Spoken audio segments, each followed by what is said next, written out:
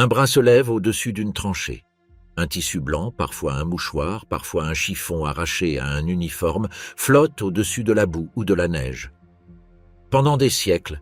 ce geste n'a signifié qu'une seule chose pour n'importe quelle armée du monde. Le combat s'arrête, les armes s'abaissent, quelqu'un accepte d'être prisonnier plutôt que cadavre.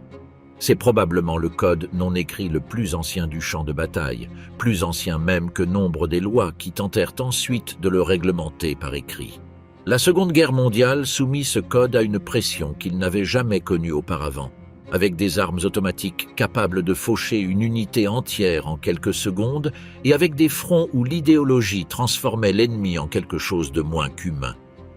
Dans ce contexte apparut, documenté dans certains cas et discuté dans beaucoup d'autres, une pratique qui éroda la confiance entre les camps de manière presque irréversible. Des soldats qui levaient les mains ou agitaient un drapeau blanc attendaient que l'ennemi baisse sa garde et ouvrait le feu à la seconde où la distance se réduisait suffisamment. Le droit international a un nom précis pour cet acte, perfidie. Il s'agit d'un crime de guerre, distinct des ruses tactiques que tout manuel militaire permet et va jusqu'à louer comme preuve d'ingéniosité, qualifié comme tel depuis 1907 et renforcé en 1977 avec une clarté qui ne laisse aucune marge d'interprétation. Comprendre pourquoi cette distinction existe, comment elle prit forme dans les champs de Russie, de France et de Belgique, et pourquoi elle laissa une marque si profonde dans la manière dont les armées se traitèrent entre elles pendant le reste du conflit,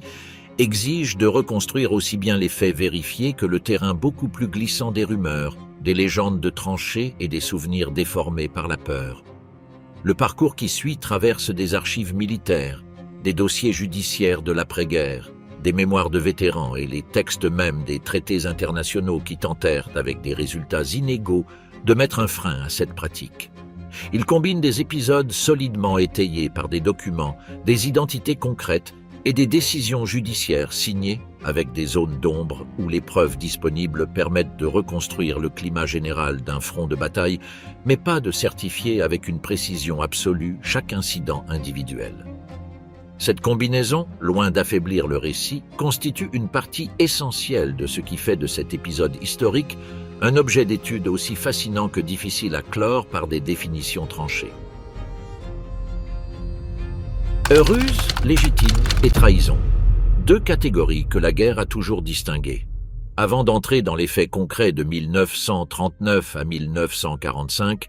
il convient d'établir une distinction juridique qui existait bien avant que le premier char allemand ne franchisse la frontière polonaise. Le droit de la guerre a toujours toléré la tromperie tactique, camoufler une position, simuler un repli pour attirer l'ennemi dans un piège, fabriquer des chars en bois pour gonfler la taille apparente d'une force, transmettre de faux messages dans l'espoir que l'adversaire les intercepte. Tout cela relève de ce que l'on appelle une ruse de guerre, un stratagème licite parce qu'il n'exploite pas la confiance de l'ennemi dans une norme protégée, mais sa capacité à être trompé par la pure astuce militaire. La frontière est franchie lorsque la tromperie utilise un symbole ou un geste que le droit international réserve à la protection des vies. Peindre une croix rouge sur un véhicule chargé de combattants, revêtir l'uniforme de l'ennemi pour tirer contre ses propres rangs sans s'être auparavant révélé, ou lever un drapeau blanc avec l'intention d'ouvrir le feu lorsque l'adversaire s'approche. Ces actes ne trompent pas l'ennemi sur la disposition des forces, ils le trompent sur une garantie que les lois de la guerre lui accordent. Cette garantie est celle qui soutient tout l'édifice du droit humanitaire, car sans elle, aucun blessé ne pourrait faire confiance à une ambulance, aucun prisonnier ne pourrait avoir confiance en déposant les armes et aucun négociateur ne pourrait faire confiance à une trêve. La première tentative sérieuse de codifier cette différence arriva avec le Code Liber, rédigé en 1863 à la demande d'Abraham Lincoln pour réglementer la conduite de l'armée de l'Union pendant la guerre de sécession. Ce document, bien plus influent que ne le suggère son origine modeste, traça pour la première fois une ligne claire entre stratagèmes admissibles et actes de trahison. Cette formulation passa ensuite en Europe et finit par être incorporée, presque mot pour mot dans son esprit, aux conventions de la Haye de 1899 et 1907. L'article 23 du règlement annexé à la Convention de la Haye de 1907 interdit expressément de tuer ou blesser par trahison des individus appartenant à la nation ou à l'armée ennemie. La même disposition interdit de déclarer qu'il ne sera pas fait de quartier de tuer un ennemi qui a déposé les armes et d'utiliser de manière indue le drapeau de trêve, les insignes militaires et l'uniforme de l'adversaire. 32 ans avant que n'éclate la Seconde Guerre mondiale, le droit international disposait déjà d'outils précis pour juger exactement le type de conduite qui occupe le devant de cette histoire. La Grande Guerre avait déjà mis ces normes à l'épreuve et avait laissé des traces que la génération qui combattit entre 1939 et 1945 connaissait par cœur, souvent parce que ses propres pères avaient servi dans les tranchées de Flandre ou de la Somme. L'invasion allemande de la Belgique et du Luxembourg en août 1914 viola d'emblée le principe de neutralité territoriale que la Convention de 1907 protégeait. L'utilisation de gaz toxiques à partir de 1915 enfreignit une autre interdiction explicite des mêmes traités. La destruction de la bibliothèque universitaire de Louvain et l'exécution de l'infirmière britannique Edith Cavell devinrent des symboles de la propagande alliée sur la brutalité de l'armée allemande, indépendamment du débat historiographique ultérieur sur le degré d'exactitude de chaque récit individuel. Dans ce contexte apparurent également, dans des publications de l'époque, des dénonciations concernant des soldats qui feignaient de se rendre ou qui abusaient de gestes de secours pour tendre des pièges. Certaines de ces dénonciations furent confirmées par des enquêtes ultérieures, d'autres restèrent comme des accusations propagandistes impossibles à vérifier avec les éléments disponibles à l'époque. Ce schéma, le mélange entre des faits avérés et des rumeurs amplifiées par la machine de propagande de chaque camp, se répéterait avec une intensité beaucoup plus grande 25 ans plus tard, lorsque la génération suivante de soldats s'affronta de nouveau sur les mêmes champs de bataille et sur d'autres nouveaux des steppes russes jusqu'aux haies de Normandie. Après la défaite allemande de 1918, le traité de Versailles inclut dans son article 228 l'obligation de livrer les suspects de crimes de guerre afin qu'ils soient jugés. De cet engagement, rempli à peine de manière partielle, naquirent les procès dits de Leipzig de 1921 et 1922, au cours desquels la Cour suprême allemande examina certains cas d'usage abusif de l'emblème de la Croix-Rouge et de tromperie au moyen de faux drapeaux utilisés pour tendre des embuscades aux troupes ennemies. Il s'agissait de procédures limitées, avec des condamnations légères et une perception généralisée d'impunité, mais elles établirent un précédent judiciaire concret. La perfidie, déjà avant la Seconde Guerre mondiale, avait fait l'objet de véritables procès pénaux, avec des jugements formels consignés dans les annales d'un tribunal national.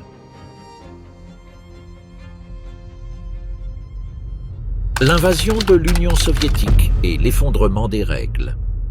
Le 22 juin 1941, lorsque la Wehrmacht franchit la frontière soviétique lors de l'opération Barbarossa, le commandement allemand avait déjà décidé à l'avance que le front oriental ne serait pas régi par les mêmes conventions qui réglementaient, au moins en partie, les combats en Europe occidentale. Les directives émises avant l'attaque, connues collectivement sous le nom de « ordre criminel », ordonnaient aux officiers et aux troupes de traiter l'ennemi soviétique sans pitié et d'ignorer les protections traditionnelles accordées aux civils et aux combattants. Le dénommé « Ordre des commissaires » prescrivait d'exécuter sommairement les commissaires politiques de l'armée rouge capturés, une catégorie de prisonniers que l'on privait par décret de toute protection au titre des lois de la guerre. La campagne à l'Est fut conçue et menée comme une guerre d'anéantissement, Vernichtungskrieg dans la terminologie militaire allemande de l'époque, dirigée aussi bien contre le gouvernement soviétique que contre la population civile, avec un acharnement particulier envers la communauté juive. Les Einsatzgruppen, unités mobiles d'extermination qui avançaient immédiatement derrière les lignes de combat, fusillèrent plus d'un demi-million de civils au cours de la seule première année de campagne, dans leur immense majorité des Juifs.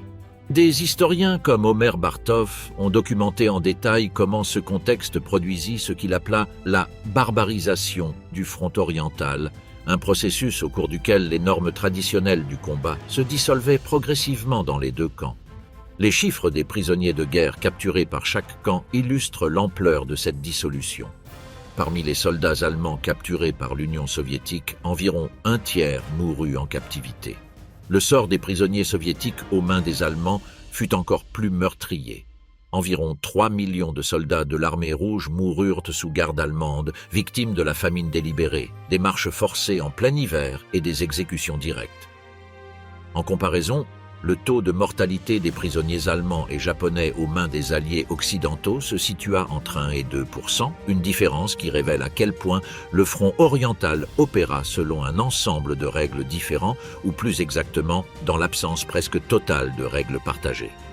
Dans cet environnement où chaque camp attendait de l'autre le pire comportement possible et où son propre comportement tendait à confirmer cette attente, les accusations de fausse reddition devinrent une partie du paysage habituel des récits de combat, aussi bien dans les rapports officiels que dans les lettres et les mémoires des soldats.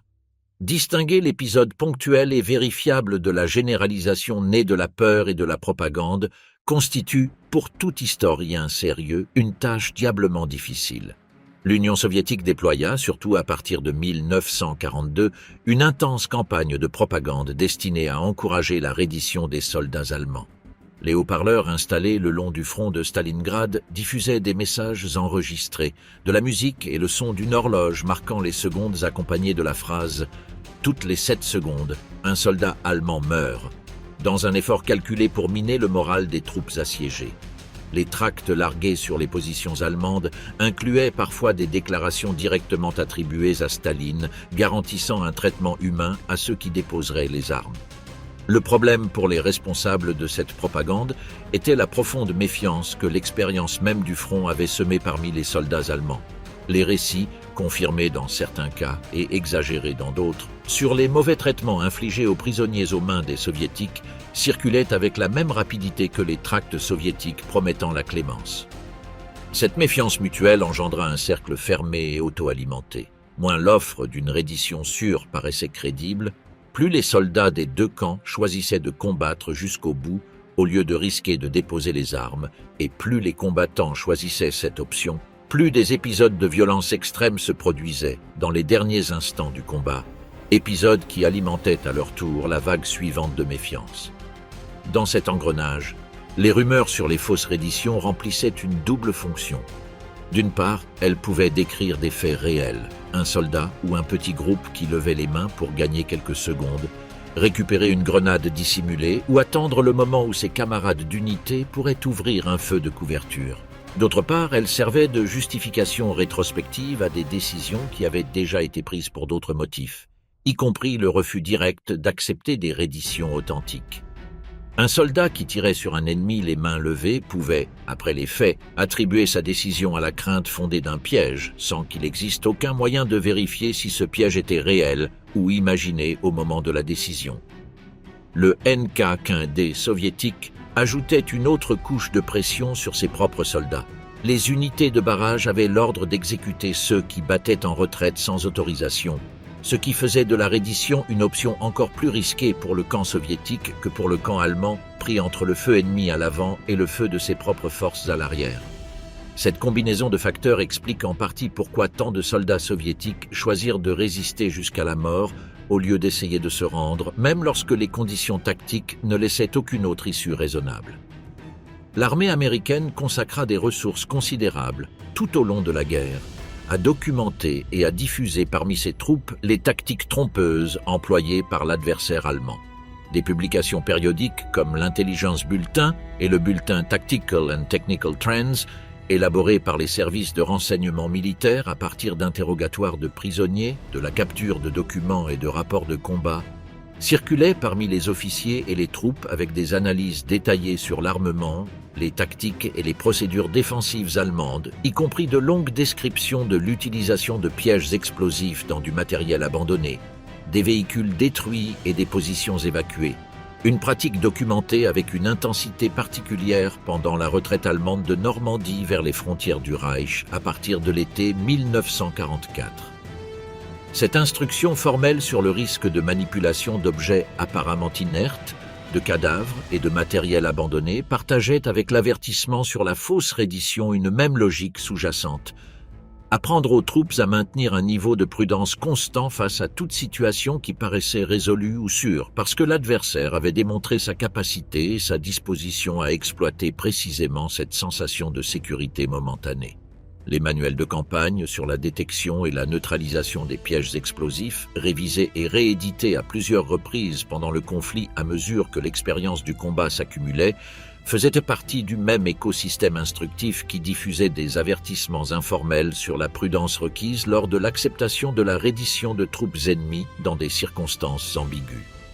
L'effet cumulé de cette instruction formelle, ajouté à la circulation informelle de récits et de rumeurs entre les unités, contribua directement à instaurer parmi les troupes alliées un état d'alerte permanent qui, appliqué de manière généralisée, finissait également par affecter des interactions où il n'existait aucun risque réel de tromperie.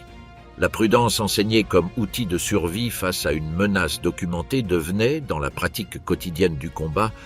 un filtre qui teintait de suspicion tout geste de l'ennemi, y compris les redditions authentiques de soldats épuisés qui n'avaient tout simplement plus ni l'intention ni la capacité de continuer à combattre. Le corps humain sous le feu. Avant d'avancer vers les épisodes concrets du front oriental et occidental, il convient de s'arrêter sur un facteur qui explique une grande partie de la difficulté à reconstruire ces faits avec précision. Le fonctionnement de l'esprit humain pendant le combat rapproché. La physiologie de la peur extrême produit des altérations perceptives bien étudiées par la psychologie militaire depuis le milieu du XXe siècle. Le champ visuel se rétrécit dans ce que certains chercheurs appellent la vision en tunnel. La perception auditive se déforme au point que de nombreux vétérans décrivent des tirs proches comme des sons étouffés ou directement inaudibles, et la notion subjective du temps s'altère de telle sorte que des secondes réelles peuvent ensuite être remémorées comme des minutes entières, ou inversement. Cette altération perceptive affecte directement la fiabilité de tout témoignage recueilli immédiatement après un affrontement où la perfidie est soupçonnée. Un soldat qui croit avoir vu un ennemi lever les mains puis tirer peut, en réalité, avoir assisté à une séquence différente. Un compagnon de l'ennemi ouvrant le feu depuis une position proche, tandis que le premier soldat tentait réellement de se rendre, ou un geste ambigu mal interprété sous l'effet du stress du moment, comme le début d'une reddition qui ne s'est jamais achevée. La reconstruction ultérieure de l'épisode, aussi bien dans le rapport officiel que dans la mémoire personnelle du soldat, tente à simplifier cette ambiguïté en un récit cohérent, presque toujours celui qui correspond le mieux à l'attente préalable que le soldat avait déjà concernant la conduite de l'ennemi. La psychologie cognitive moderne ajoute un autre élément à cette difficulté. La mémoire ne fonctionne pas comme un enregistrement fixe qui se reproduit sans altération, mais comme un processus de reconstruction active qui se modifie légèrement chaque fois qu'un souvenir est évoqué. Des décennies de récits répétés lors de réunions de vétérans, d'interviews journalistiques et dans des mémoires écrits peuvent introduire, sans aucune intention de tromper, des détails qui n'étaient pas présents dans l'expérience originale, mais qui finissent par être incorporés comme partie intégrante du souvenir. Ce phénomène, abondamment documenté dans la littérature sur la mémoire autobiographique, complique énormément la tâche de tout historien qui tente d'établir, 80 ans plus tard, quelle proportion des récits sur les fausses redditions décrit des faits exacts, et laquelle décrit une reconstruction honnête mais altérée d'une expérience confuse et terrifiante. Les recherches sur les performances cognitives sous une menace vitale extrême documentent, en outre, un phénomène connu sous le nom de cécité d'inattention, qui peut conduire un combattant à ne pas enregistrer consciemment des détails pertinents de la scène qu'il a devant lui, même lorsque ces détails se produisent directement dans son champ visuel. Un soldat concentré sur la localisation de la source d'un tir peut perdre complètement de vue le geste exact effectué par l'ennemi quelques secondes auparavant et reconstruire ensuite ce geste à partir d'inférences raisonnables plutôt que d'une observation directe et complète. Cette limitation, commune à tout être humain soumis à une menace immédiate pour sa vie, ajoute une couche supplémentaire d'incertitude à toute tentative d'établir, avec la précision que le droit pénal exige pour une condamnation, la séquence exacte des événements qui a séparé une reddition authentique d'un acte de perfidie. Le siège de Stalingrad, entre août 1942 et février 1943,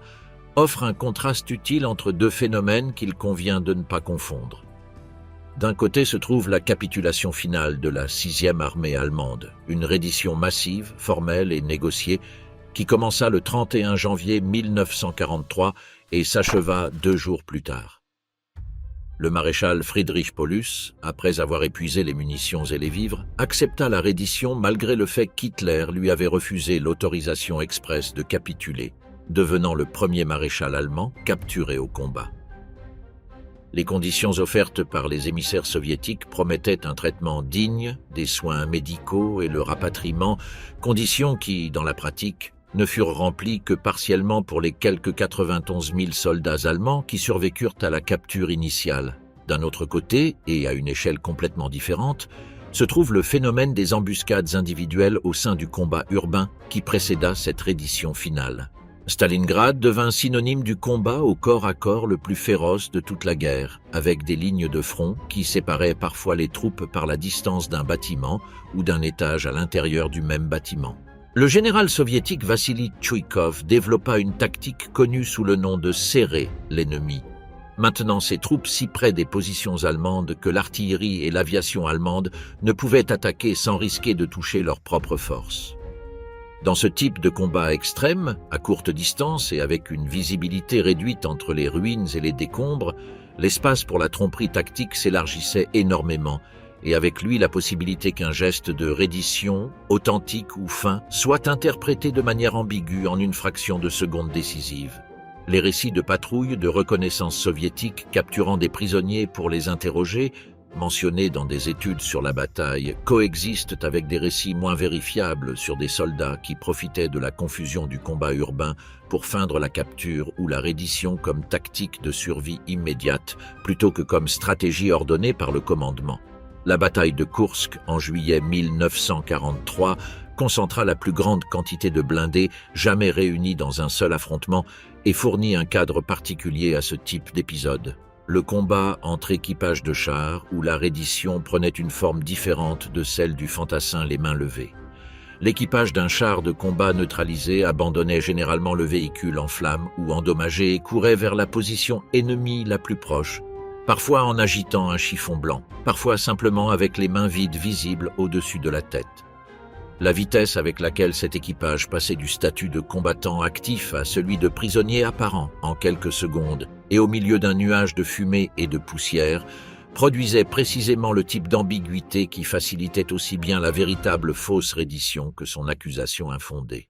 Les mémoires de tankistes soviétiques et allemands ayant combattu à Koursk, recueillis dans différentes compilations d'histoire orale publiées après l'ouverture des archives soviétiques dans les années 90, décrivent fréquemment la règle tacite, jamais inscrite dans un ordre formel mais largement partagé, consistant à tirer sur tout équipage ennemi qui abandonnait un char détruit avant qu'il ne parvienne à lever les mains de manière non équivoque.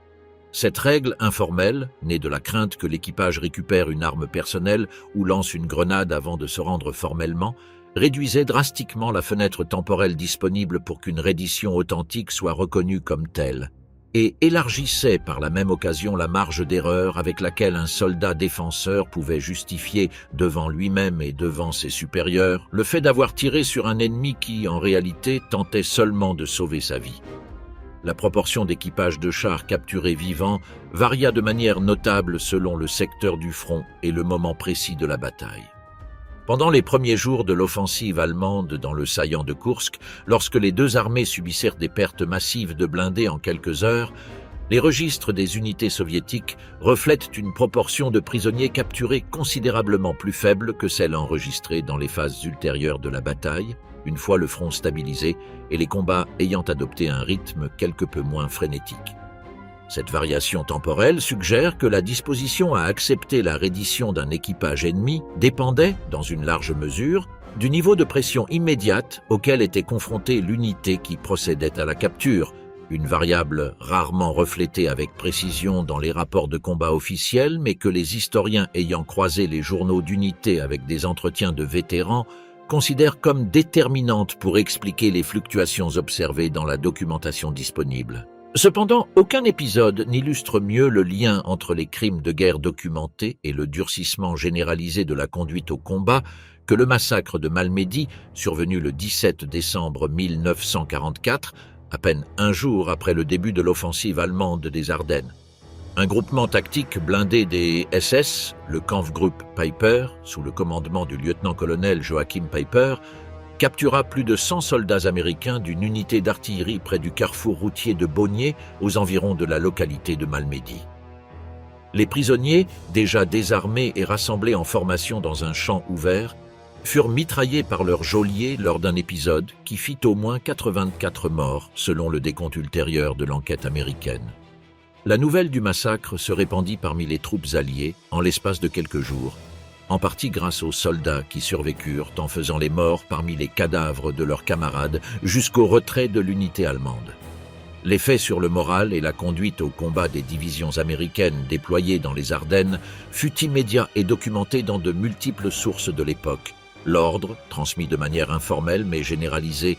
de ne pas accepter la reddition des soldats de la Waffen-SS pendant les jours suivant le massacre, en particulier de ceux identifiés par les insignes de l'unité de Peiper. Cet épisode, bien qu'il ne constitue pas en lui-même un cas de fausse reddition, mais d'exécution sommaire de prisonniers déjà capturés, est indispensable pour comprendre le contexte immédiat dans lequel les accusations de perfidie circulèrent avec la plus grande intensité pendant la bataille des Ardennes. Une troupe qui vient d'apprendre que ses camarades ont été exécutés après s'être rendus développe, de manière compréhensible bien que juridiquement injustifiable, une disposition beaucoup moindre à faire confiance à tout geste de reddition de l'ennemi, et cette disposition réduite augmente à son tour la probabilité qu'un geste ambigu soit interprété comme une menace et reçoive une réponse létale immédiate, sans marge pour en vérifier la sincérité. Peiper lui-même et 73 membres de son unité furent jugés après la guerre lors du procès dit de Malmedy, tenu à Dachau en 1946. 43 accusés, dont Peiper, furent condamnés à mort, bien qu'aucune de ces sentences ne fût exécutée, toutes ayant été commuées au fil des années dans le cadre d'un processus de révision marqué par des accusations jamais totalement résolues, selon lesquelles certains aveux obtenus pendant l'enquête auraient été arrachés sous la contrainte. Cette issue judiciaire incomplète, ni pleinement satisfaisante pour ceux qui exigeaient justice, ni totalement exempte de doutes procéduraux, est un autre exemple du schéma général qui traverse cette histoire. Des faits centraux bien établis, entourés de zones de controverses secondaires qui ne furent jamais entièrement résolues. Les antécédents de la perfidie et les conséquences juridiques. Les épisodes mentionnés précédemment de manière brève, les massacres de Wormwood et du Paradis, méritent un développement plus détaillé parce qu'ils illustrent que la disposition à exécuter des prisonniers alliés n'est pas née en 1944, mais qu'elle avait déjà 4 ans d'ancienneté lorsque l'armée américaine débarqua en Normandie. Le 27 mai 1940, pendant la retraite alliée vers Dunkerque, des soldats de la première compagnie du 2e bataillon du régiment d'infanterie de la Leibstandarte SS Adolf Hitler capturèrent un groupe de soldats britanniques du Royal Norfolk Regiment, près de la localité du Paradis, les enfermèrent dans l'étable d'une ferme et les mitraillèrent, achevant ensuite à la baïonnette les blessés qui étaient encore en vie. Seuls 2 soldats survécurent, cachés sous les corps de leurs camarades jusqu'à ce qu'ils puissent s'échapper quelques jours plus tard. Le lendemain, 28 mai 1940, des soldats du 3e régiment de la division SS Leibstandarte exécutèrent un groupe similaire de prisonniers britanniques, pour la plupart du Royal Warwickshire Regiment, près de la localité de Wormhout, dans un verger adjacent à une ferme, au moyen d'une combinaison de grenades à main lancées à l'intérieur d'un abri où les prisonniers avaient été entassés, et de tirs directs contre ceux qui tentaient de fuir l'explosion. Le bilan final des victimes dans les 2 épisodes combinés dépasse la centaine de soldats britanniques exécutés en moins de 48 heures, dans l'une des premières manifestations documentées de la disposition de certaines unités de la Waffen-SS à traiter la reddition ennemie comme une simple formalité sans importance avant l'exécution sommaire. Aucun des responsables directs du Paradis et de Wormwood ne fut jugé immédiatement après les faits, en partie parce que la rapide défaite française et l'évacuation britannique de Dunkerque rendirent difficile la collecte de preuves à ce moment-là. L'officier commandant la compagnie responsable du Paradis, Fritz Knöchlein, fut finalement identifié, jugé et exécuté en 1949, près d'une décennie après les faits. dans l'un des procès pour crimes de guerre les plus tardifs de tout l'après-guerre européen.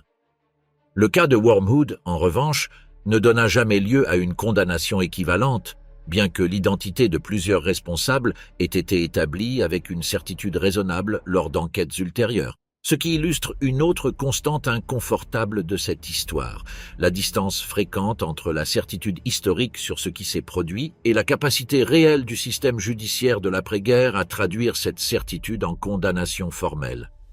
Les procès judiciaires tenus après 1945 furent confrontés de manière récurrente à un argument de défense connu dans la tradition juridique sous le nom de tu quoque, une expression latine qui se traduit approximativement par « toi aussi ». La défense soutenait que, si le camp accusateur avait commis des violations similaires ou équivalentes des lois de la guerre, il manquait de légitimité morale et juridique pour juger l'accusé pour des conduites comparables. Les avocats de la défense à Nuremberg et dans les procès ultérieurs de Dachau invoquèrent cet argument avec une certaine fréquence lorsqu'ils abordèrent des affaires liées à la conduite sur le champ de bataille, y compris des épisodes d'acceptation douteuse de reddition par des troupes alliées.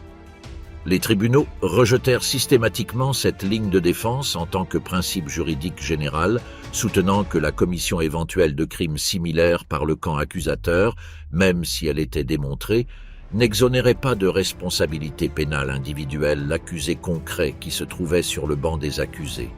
Ce rejet formel de l'argument de réciprocité n'empêcha cependant pas la question de rester présente comme toile de fond inconfortable dans une grande partie des procès, particulièrement dans ceux liés à la conduite au combat plutôt qu'aux crimes d'extermination systématique, où la frontière entre la violence légitime de la guerre et le crime de guerre proprement dit se révélait, pour les juges comme pour les procureurs, considérablement plus difficile à tracer avec netteté.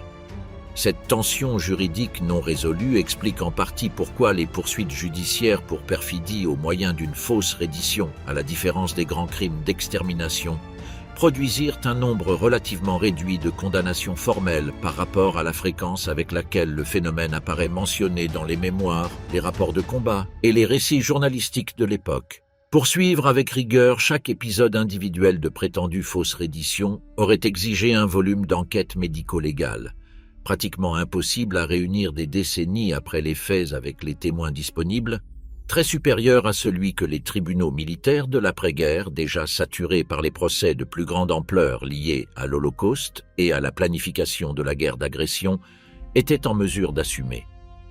Il est utile de clore l'examen des antécédents juridiques par un exemple qui montre l'extrémité opposée du spectre, une ruse de guerre élaborée, réussie et entièrement licite, qui sert de contraste pour apprécier plus clairement pourquoi la fausse reddition occupe une catégorie juridique distincte. L'opération Mansmeet, exécutée par les services de renseignement britanniques en 1943, consista à faire apparaître le cadavre d'un prétendu officier britannique sur la côte espagnole, porteur de faux documents suggérant un débarquement allié en Sardaigne et en Grèce plutôt qu'en Sicile, véritable objectif de l'imminente invasion alliée du sud de l'Europe.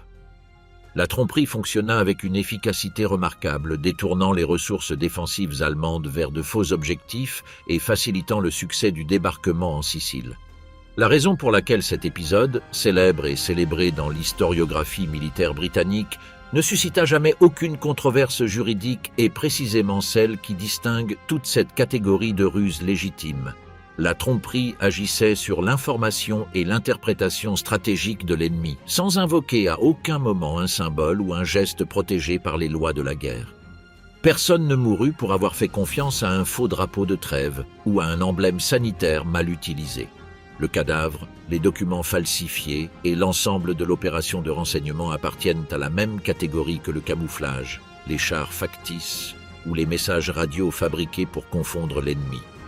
L'ingéniosité appliquée à la guerre, sans trahir la confiance spécifique que le droit international réserve à la protection de la vie humaine dans les moments de plus grande vulnérabilité du combattant, tels que la reddition, la blessure grave ou les soins médicaux.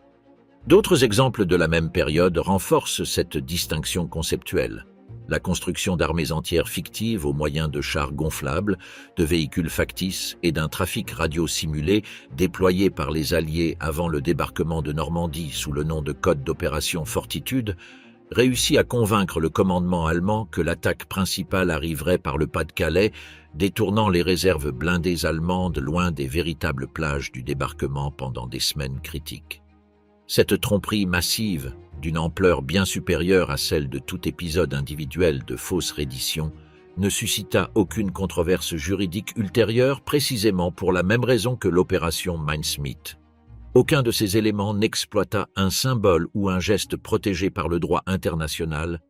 et aucun soldat allemand ne mourut pour avoir fait confiance de bonne foi à un drapeau de trêve, à un emblème sanitaire ou à une reddition qui se révéla être un piège. Le débarquement allié en Normandie, en juin 1944, ouvrit un front où, en théorie, les deux camps partageaient un cadre juridique plus homogène, régi par des conventions que l'Allemagne comme les puissances occidentales avaient signées et qui, de manière générale, furent respectées plus fréquemment qu'à l'Est.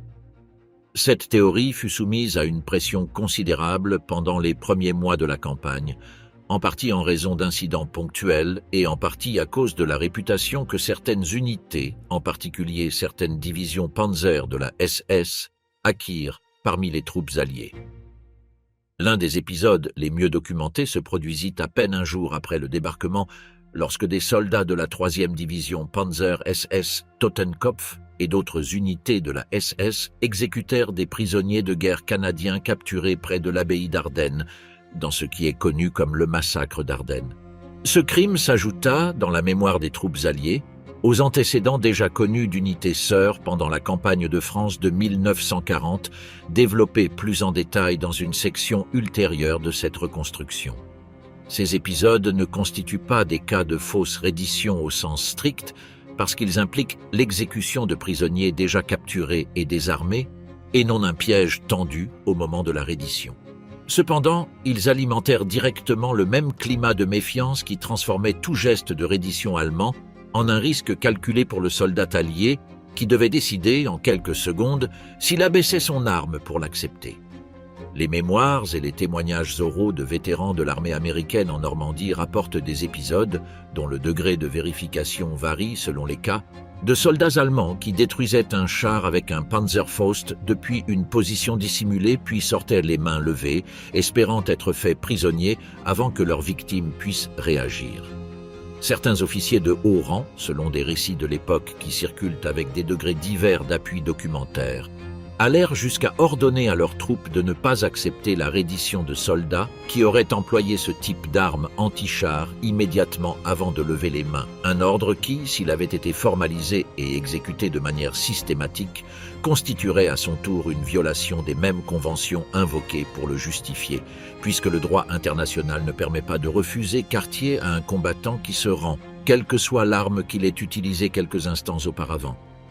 Ce point mérite d'être souligné parce qu'il illustre la spirale caractéristique de cette histoire. La réponse à une suspicion de perfidie, réelle ou imaginée, engendrait souvent une conduite tout aussi illégale dans le camp qui réagissait, perpétuant le cycle au lieu de l'interrompre. La différence entre un ordre informel transmis de bouche à oreille entre des soldats épuisés et effrayés et une politique officielle documentée dans des ordres écrits est précisément le type de nuance que l'histoire orale conserve rarement avec précision et que seul le recoupement soigneux des sources documentaires permet de reconstruire avec une certaine rigueur. Le front du Pacifique, la poche de falaise et l'opération Greffe. La campagne d'Italie, commencée en 1943, offre un autre ensemble d'épisodes pertinents, en particulier pendant le siège prolongé et sanglant de la tête de Pont-d'Anzio, où les forces alliées restèrent contenues pendant des mois dans un périmètre réduit sous le feu constant de l'artillerie allemande.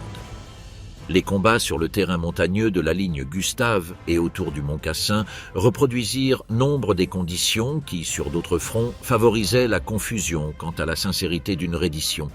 Visibilité réduite, positions fortifiées imbriquées à courte distance et rotation constante des unités qui empêchaient les soldats de développer le type de confiance réciproque qui surgissait parfois entre des unités opposées pendant de longues périodes dans le même secteur du front. Il est en outre instructif de situer le cas allemand dans un cadre comparatif plus large. Sur le théâtre du Pacifique, les forces japonaises eurent recours de manière beaucoup plus systématique et mieux documentée à la fausse reddition et à l'utilisation de cadavres piégés comme tactique délibérée contre les troupes américaines, un schéma que différents tribunaux militaires alliés de l'après-guerre documentèrent avec une plus grande profusion de preuves que dans le cas européen. Cette différence d'échelle entre les deux théâtres de guerre est pertinente parce qu'elle suggère que l'intensité du phénomène ne dépendait pas uniquement du contexte de brutalisation générale du combat, présent sur les deux fronts, mais également de décisions tactiques et culturelles spécifiques à chaque armée, liées dans le cas japonais à un code militaire qui stigmatisait la reddition comme un déshonneur et qui transformait donc tout geste de capitulation, propre ou ennemi, en un terrain chargé d'une ambiguïté supplémentaire.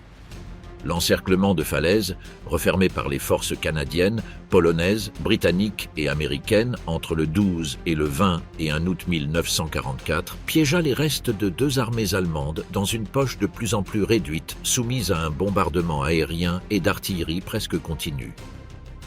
Les conditions à l'intérieur de l'encerclement, décrites par des témoins des deux camps comme l'une des scènes les plus chaotiques de toute la campagne de Normandie,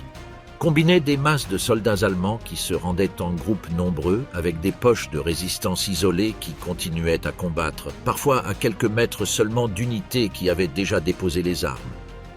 Cette coexistence, dans un espace géographique réduit, entre reddition massive authentique et résistance active, créa des conditions particulièrement propices à la confusion quant à la sincérité de tout geste individuel de capitulation. Un soldat allié qui avançait parmi des colonnes de prisonniers allemands déjà formés et surveillés n'avait aucun moyen simple de distinguer au premier regard un combattant qui s'approchait les mains levées pour rejoindre véritablement cette colonne d'un combattant d'une unité voisine qui profitait de la même scène pour s'approcher suffisamment et ouvrir le feu sur les troupes d'escorte. La documentation disponible sur la fermeture de la poche de Falaise ne permet pas de quantifier avec précision combien des incidents violents enregistrés pendant ces journées correspondaient à d'authentiques épisodes de perfidie et combien à des erreurs d'identification commises au milieu d'un chaos logistique et humain aux proportions extraordinaires, avec des dizaines de milliers de soldats se déplaçant, se rendant, combattant et mourant dans un espace de seulement quelques kilomètres carrés. Pendant la bataille des Ardennes, en décembre 1944, Hitler ordonna au commando SS dirigé par Otto Skorzeny une opération destinée à capturer des ponts clés sur la Meuse avant que les Alliés puissent les détruire. L'opération Greif déploya des soldats allemands vêtus d'uniformes britanniques et américains capturés, conduisant des véhicules alliés également capturés, avec pour mission de semer la confusion derrière les lignes ennemies. Des équipes de reconnaissance de l'unité Einheit-Stielau parvinrent à entrer dans la localité belge de Malmedy et à détourner une unité américaine entière dans la mauvaise direction par le simple procédé consistant à intervertir des panneaux de signalisation. La nouvelle de soldats allemands infiltrés en uniforme américain provoqua une telle panique parmi les troupes alliées que celles-ci commencèrent à soumettre tout soldat suspect à des questions sur la culture populaire américaine, comme les capitales des États ou les résultats sportifs, dans une tentative de distinguer les véritables infiltrés de leurs propres camarades. Du point de vue du droit international, cette opération se situe sur un terrain différent de celui de la fausse reddition, bien qu'elle partage avec elle l'élément de la tromperie. L'utilisation d'uniformes ennemis pour s'infiltrer et se déplacer sans être détecté est une pratique que le droit de la guerre tolère sous certaines conditions, à condition que les infiltrés se débarrassent de l'uniforme ennemi avant d'entrer en combat direct, car dans le cas contraire, elle deviendrait effectivement une violation grave des mêmes normes qui interdisent la fausse reddition. Ceux qui sont capturés en uniforme ennemi, même sans avoir tiré un seul coup de feu, perdent le statut de combattants réguliers et peuvent légalement être traités comme des espions, soumis à un jugement sommaire et à l'exécution en vertu des lois de la guerre en vigueur à ce moment-là. Skorzeny fut jugé après la guerre précisément sur ce point, lors d'un procès devant un tribunal militaire américain à Dachau en 1947. Le tribunal l'acquitta, parce que les preuves présentées ne démontrèrent pas que ces hommes avaient tiré sur l'ennemi alors qu'ils portaient encore l'uniforme allié, condition que le droit international exige pour que l'utilisation de l'uniforme ennemi devienne un crime de guerre consommé au lieu d'une ruse tolérée. La distinction est révélatrice. Le même tribunal qui appliquait avec rigueur les normes contre la perfidie reconnut que toute tromperie sous apparence ennemie ne franchit pas automatiquement cette ligne et que l'élément décisif est le moment exact où la tromperie se traduit par une attaque alors que la victime fait encore confiance à la protection que le symbole ou l'uniforme lui faisait supposer. Cas de condamnation concrète. Face à la relative ambiguïté juridique du cas Skorzeny, les mêmes procès de Dachau de l'après-guerre offrent un exemple beaucoup plus net de condamnation pour perfidie consommée. En août 1946, un tribunal militaire américain déclara coupable le soldat allemand Heinz Hagendorf pour avoir utilisé de manière indue l'emblème de la Croix-Rouge dans une zone de combat, en tirant avec une arme contre des soldats américains depuis une ambulance ennemie qui portait ce symbole protégé. La sentence, 6 mois de prison, apparaît étonnamment légère au regard de la gravité juridique de l'acte, ce qui illustre un autre schéma récurrent dans la justice de l'après-guerre. Les condamnations pour perfidie, lorsqu'elles parvenaient à être prononcées, reflétaient rarement la sévérité théorique que le droit international lui-même attribuait à ce type de crime. Ce cas est précieux pour la reconstruction historique précisément en raison de sa précision documentaire. Contrairement aux récits de tranchées sur de fausses redditions, semés de vides et de contradictions entre témoins, le cas Hagendorf dispose d'un dossier judiciaire complet, d'une identification nominale du responsable et d'une sentence formelle qui laisse une trace écrite du raisonnement juridique appliqué. Il sert de rappel que, derrière le nuage de rumeurs et de légendes qui entoure ce sujet, il exista aussi des cas concrets, jugés avec nom et prénom, qui démontrent que la pratique de la perfidie ne fut pas seulement une construction rhétorique de la propagande de guerre, mais un phénomène avec des manifestations réelles et vérifiables, bien que beaucoup moins nombreuses que ce que la mémoire populaire du conflit tente à suggérer.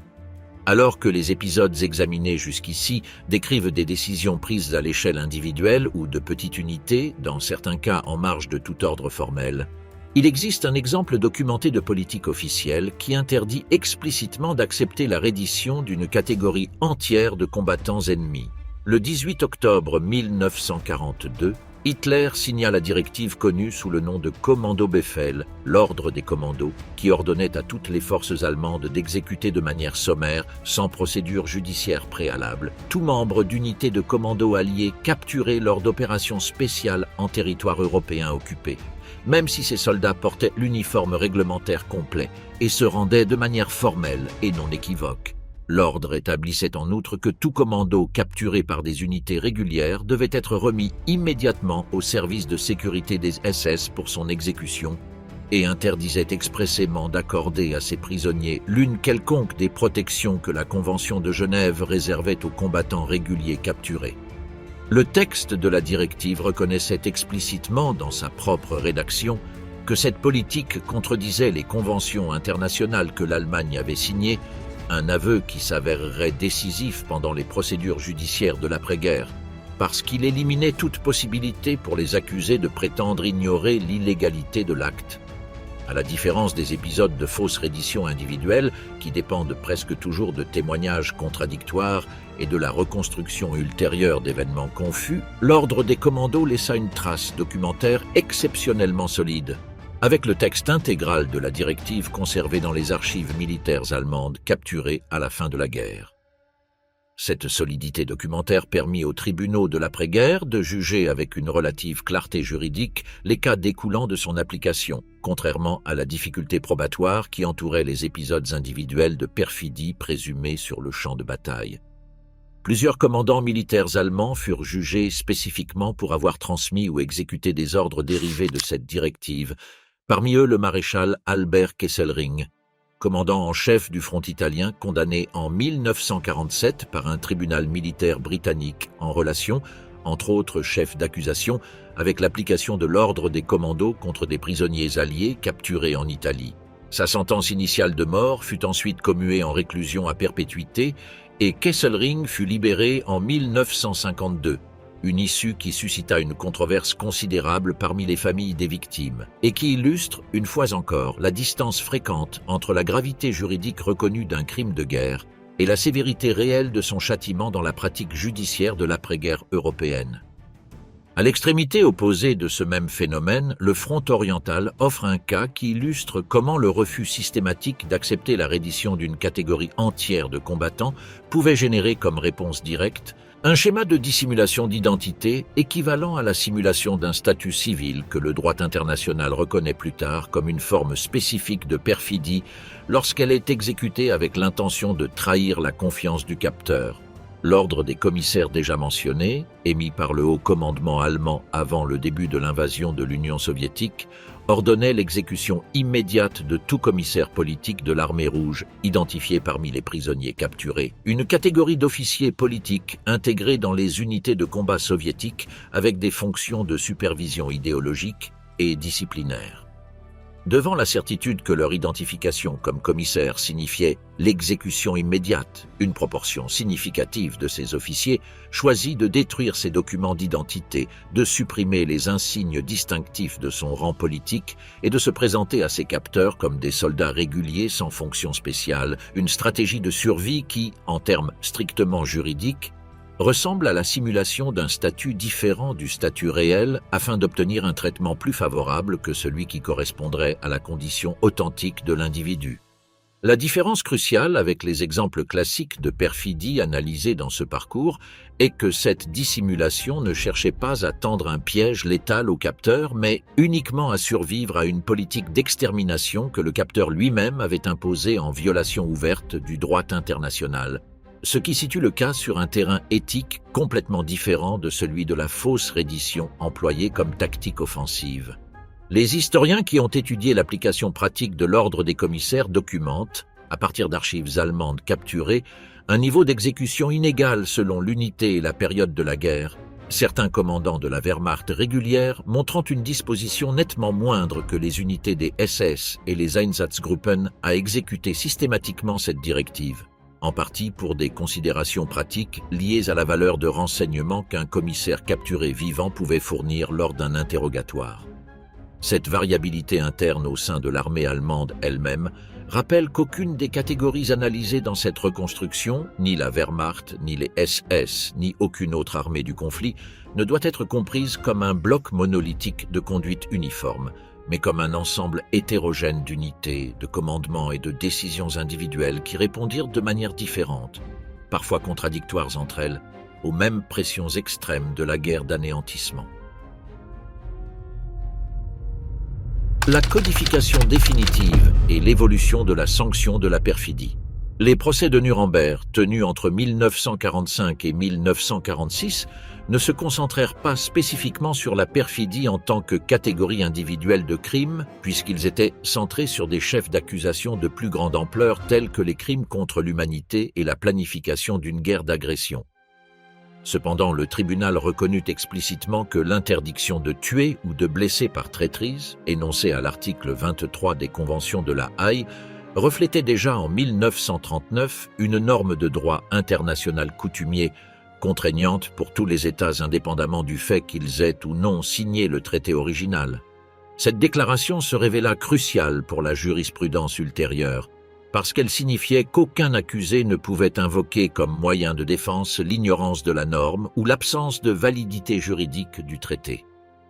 La codification définitive et plus détaillée arriva 3 décennies après la fin de la guerre, avec le protocole additionnel 1 de 1977 aux Conventions de Genève. Son article 37 définit la perfidie avec une précision que le texte de 1907 n'atteignait pas, comme les actes qui font appel à la confiance d'un adversaire en lui faisant croire qu'il a le droit de recevoir ou l'obligation d'accorder une protection en vertu des règles du droit international applicables dans les conflits armés, avec l'intention de trahir cette confiance. Le même article énumère des exemples concrets que toute personne reconnaîtrait immédiatement comme des échos directs de l'expérience de guerre de 1939 à 1945. Feindre l'intention de négocier sous le couvert d'un drapeau de trêve ou feindre une reddition, simuler une incapacité due à des blessures, feindre un statut civil et simuler un statut de protection par l'usage abusif des insignes des Nations Unies ou de la Croix-Rouge. Cette architecture juridique reçut un renforcement supplémentaire avec la création de la Cour pénale internationale. Le statut de Rome, signé en 1998, qualifie explicitement de crime de guerre autonome le fait de tuer ou de blesser par perfidie, tant dans les conflits armés internationaux que dans les conflits internes, ce qui comble un vide que certaines interprétations plus restrictives du droit antérieur avaient laissé ouvert. Le Comité international de la Croix-Rouge, dans son étude de 2005 sur le droit international humanitaire coutumier, classa l'interdiction de la perfidie comme la règle 65 de son catalogue, applicable à tout type de conflit armé, sans exception. Mais centrer l'attention sur les soldats allemands répond au poids documentaire et à la centralité de leur expérience de guerre dans ce phénomène, mais la rigueur historique exige de reconnaître que la perfidie par fausse reddition ne fut pas un outil tactique exclusif de la Wehrmacht ni des SS. Les mémoires et les histoires régimentaires d'unités soviétiques, britanniques et américaines contiennent, avec une fréquence moindre mais avec une structure narrative identique, des épisodes où le même recours est attribué à leurs propres soldats sous une pression extrême. Lever les mains pour obtenir un avantage momentané sur un ennemi qui s'approchait pour confirmer la reddition. L'historien qui aborde ce sujet avec honnêteté doit admettre que la nature même de l'acte, une décision individuelle prise sous une pression mortelle extrême, le rend structurellement susceptible d'apparaître dans toute armée soumise aux mêmes conditions de combat rapprochées et de désespoir, indépendamment du drapeau sous lequel elle combat. Ce qui distingue le cas allemand dans la mémoire historique du conflit n'est pas nécessairement une plus grande fréquence objective du phénomène, impossible à établir avec la documentation disponible, mais la combinaison de trois facteurs, l'échelle industrielle de la guerre d'anéantissement que le commandement allemand lui-même impulsa sur le front oriental, l'ampleur des crimes de guerre documentés de manière indépendante, comme les massacres de prisonniers alliés à Wormhout, le Paradis et Ardennes, qui renforcèrent la crédibilité de toute accusation supplémentaire contre les mêmes unités, et le poids symbolique que la défaite finale de l'Allemagne accorda à la documentation et aux poursuites judiciaires concernant sa conduite militaire, un processus d'examen qui ne fut pas reproduit avec la même intensité ni les mêmes ressources à l'égard de la conduite des armées victorieuses. Il convient de distinguer, dans cet enchevêtrement juridique, entre la norme qui interdit la perfidie et le cadre distinct, bien que lié, qui réglemente le traitement dû aux prisonniers de guerre une fois capturés.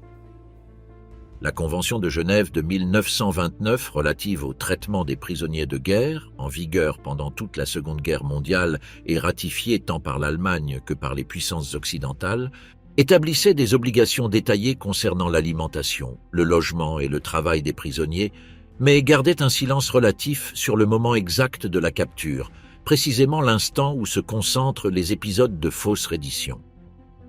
L'Union soviétique n'avait pas ratifié cette convention de 1929, une circonstance que l'Allemagne invoqua explicitement et cyniquement pour justifier le traitement brutal infligé aux prisonniers soviétiques, bien que le droit international coutumier, reconnu par la suite à Nuremberg, imposa déjà des obligations minimales de traitement humain indépendamment de la ratification formelle d'un traité spécifique. La révision des conventions de Genève en 1949, avec désormais l'expérience complète de la guerre comme référence directe, élargit et précisa considérablement les obligations envers les prisonniers et incorpora des dispositions plus explicites sur le moment de la capture, renforçant l'idée que la protection juridique d'un combattant qui se rend commence à l'instant même où il manifeste de manière non équivoque son intention de déposer les armes, sans que le camp qui le capture puisse invoquer un doute raisonnable sur la sincérité du geste comme justification légale pour ouvrir le feu. Cette précision supplémentaire, incorporée directement à la suite de l'expérience récente de la guerre, combla une partie du vide normatif qui, pendant la guerre, avait permis à certains commandements de justifier, au moins devant leurs propres troupes, le refus d'accepter des redditions soupçonnées de perfidie. Le biais documentaire qui favorise l'examen de la conduite allemande par rapport à celle du reste des armées du conflit possède, en outre, une explication archivistique concrète. Les archives militaires allemandes capturées à la fin de la guerre, conjointement avec l'appareil judiciaire d'occupation installé dans les 4 zones contrôlées par les Alliés, générèrent un volume de documentation sur la conduite de l'armée vaincue très supérieur à celui que toute commission d'enquête interne produisit jamais sur la conduite des armées victorieuses. Cette asymétrie documentaire, compréhensible compte tenu des circonstances politiques de l'immédiat après-guerre, conditionne inévitablement l'image que l'historiographie ultérieure a pu reconstruire de la fréquence relative de la perfidie dans chaque camp du conflit, sans que cette condition retire leur validité aux cas allemands effectivement documentés mais sans qu'elles permettent non plus d'en tirer des conclusions comparatives définitives sur la conduite proportionnelle de chaque armée belligérante. Le territoire du mystère, entre le fait et la légende de tranchée. Arrivé à ce point, il convient de s'arrêter sur la question qui sous-tend toute cette reconstruction et à laquelle aucun historien n'a réussi à répondre avec une précision absolue. À quelle fréquence réelle ces fausses redditions se sont-elles produites pendant la Seconde Guerre mondiale? La réponse honnête est que personne ne le sait avec exactitude, et cette incertitude constitue en elle-même l'un des aspects les plus fascinants du phénomène. Les archives militaires de l'époque consignent avec une certaine régularité des accusations de perfidie dans les rapports de combat, mais ces rapports étaient souvent rédigés à chaud, quelques minutes ou quelques heures après un affrontement confus, par des soldats épuisés et soumis à un stress extrême. La perception humaine sous le feu direct subit des distorsions bien documentées par la psychologie du combat. Le champ visuel se rétrécit, la notion du temps s'altère, et le souvenir de l'épisode peut se reconstruire inconsciemment dans les jours suivants, afin de correspondre au récit que le soldat lui-même, ou son unité, a besoin de soutenir pour justifier ses propres décisions. À cette distorsion individuelle s'ajoute le facteur de la propagande institutionnelle. Le commandement allemand, comme le commandement soviétique, et dans une moindre mesure également les alliés occidentaux, avaient un intérêt direct à faire circuler des récits sur la trahison de l'ennemi, parce que ce type d'histoire durcissait le moral de leurs propres troupes et justifiait des représailles qui, autrement, auraient été difficiles à soutenir devant l'opinion publique ou devant les soldats eux-mêmes. Un épisode isolé, survenu une seule fois dans un secteur précis du front,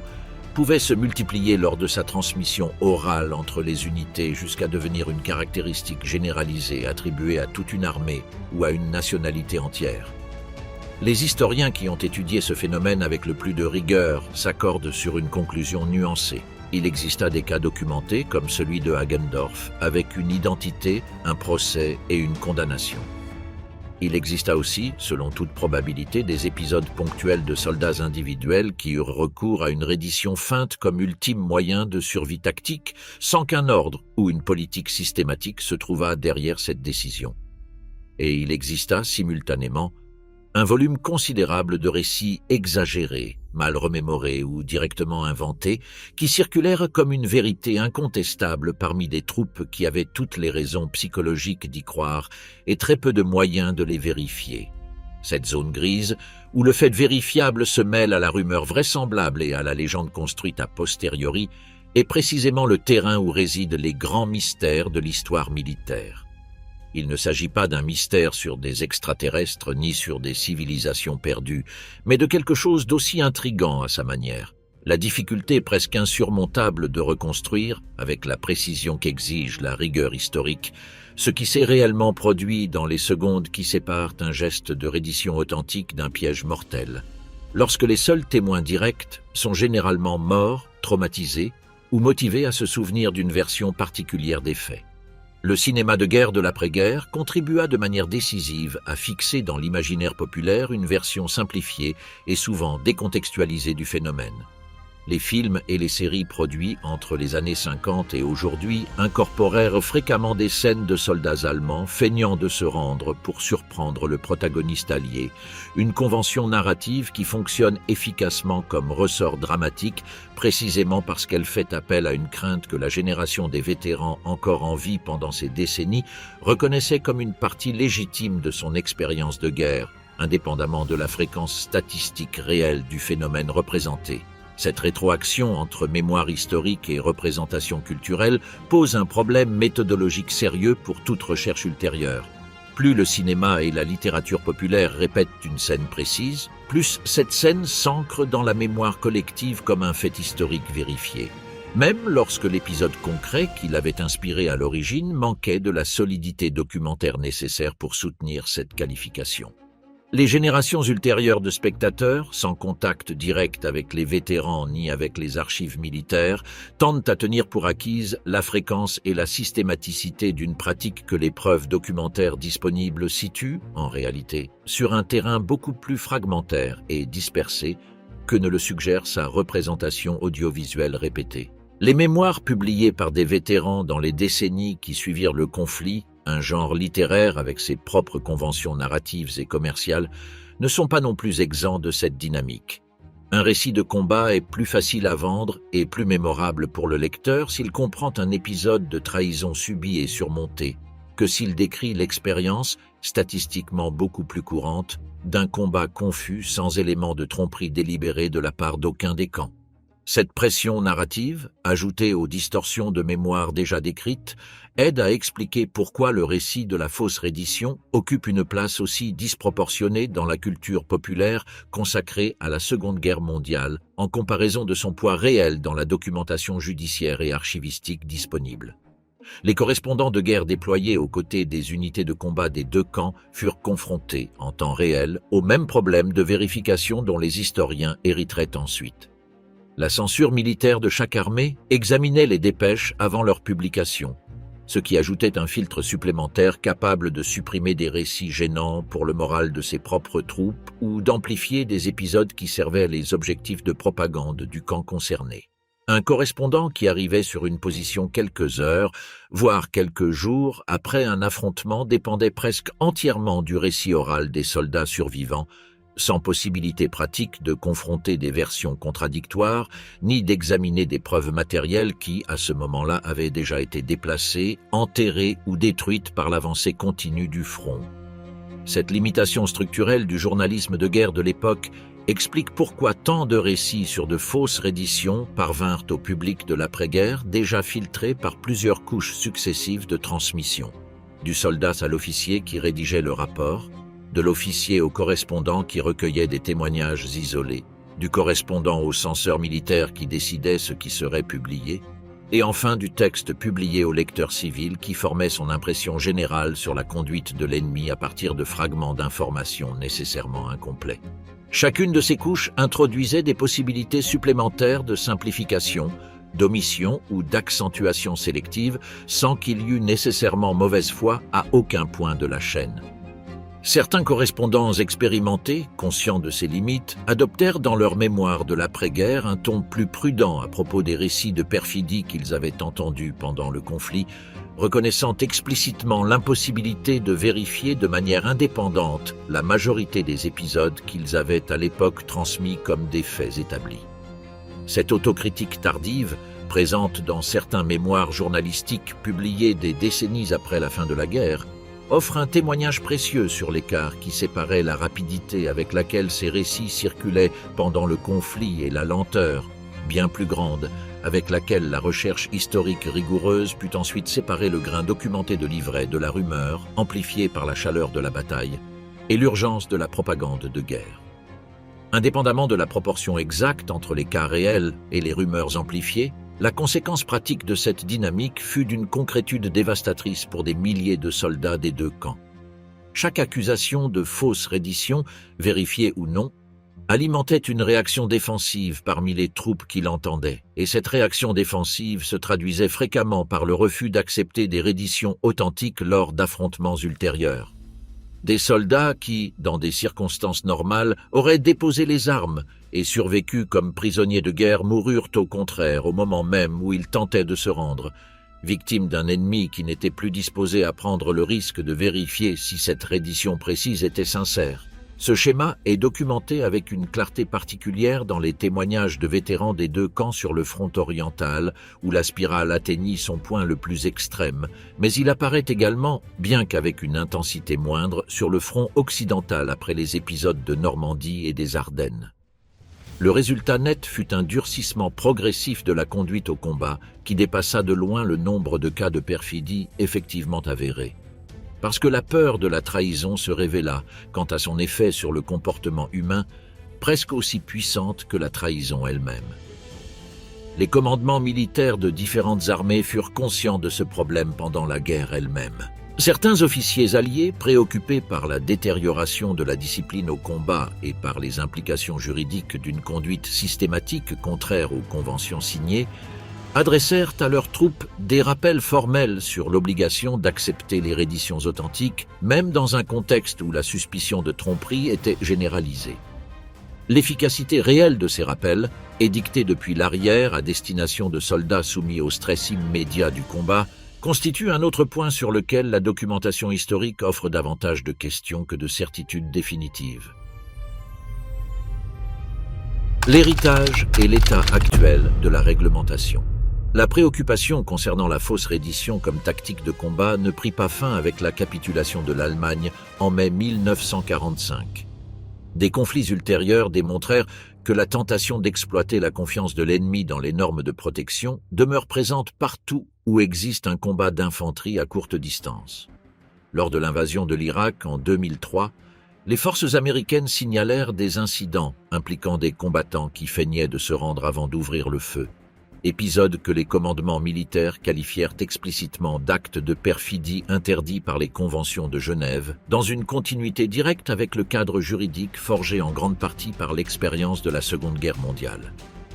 Les guerres des Balkans dans les années 1990 apportèrent également leur propre répertoire de dénonciations de fausses redditions et d'abus de drapeaux de trêve, examinés avec un niveau de détail judiciaire considérablement supérieur à celui atteint par les tribunaux de 1945 grâce à la création du Tribunal pénal international pour l'ex-Yougoslavie, qui incorpora explicitement dans sa jurisprudence les mêmes principes sur la perfidie codifiés dans le protocole additionnel de 1977.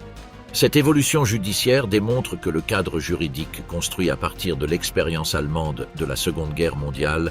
ne resta pas une relique théorique des manuels de droit international, mais devint un outil d'usage récurrent pour des tribunaux internationaux confrontés à des conflits de nature complètement différente, séparés par un demi-siècle et par un contexte géopolitique méconnaissable par rapport à celui de 1939. Cette continuité confirme que la réglementation de la perfidie constitue un mécanisme de droit vivant